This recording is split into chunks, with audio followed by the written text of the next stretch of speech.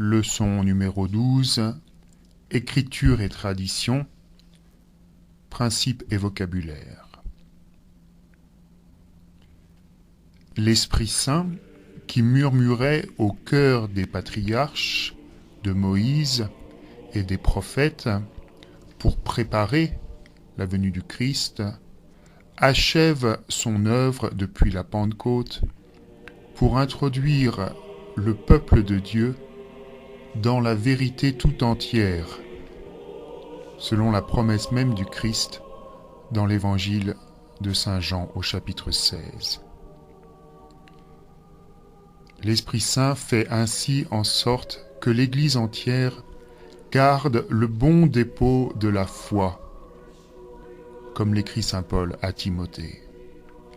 Il n'apporte pas un autre évangile, mais il explicite, il actualise et il personnalise sans cesse ce qui est contenu dans l'évangile définitif du Christ.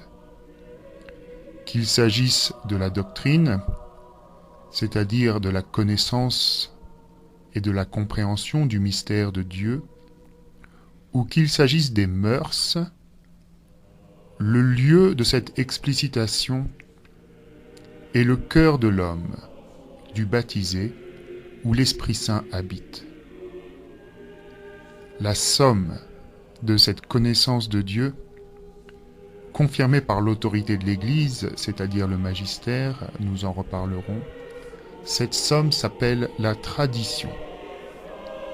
Elle est cette vérité tout entière que l'Esprit Saint a déployée dans le cœur des saints, des théologiens, des mystiques, de tout croyant, à partir du centre qu'est l'Évangile, source unique et définitive, mais rendue sans cesse actuelle par ce même Esprit Saint. Les nombreux conciles de l'Église, mais pas seulement eux, explicitent à un moment donné de l'histoire de l'homme tel aspect de cette révélation de Dieu et du mystère du salut.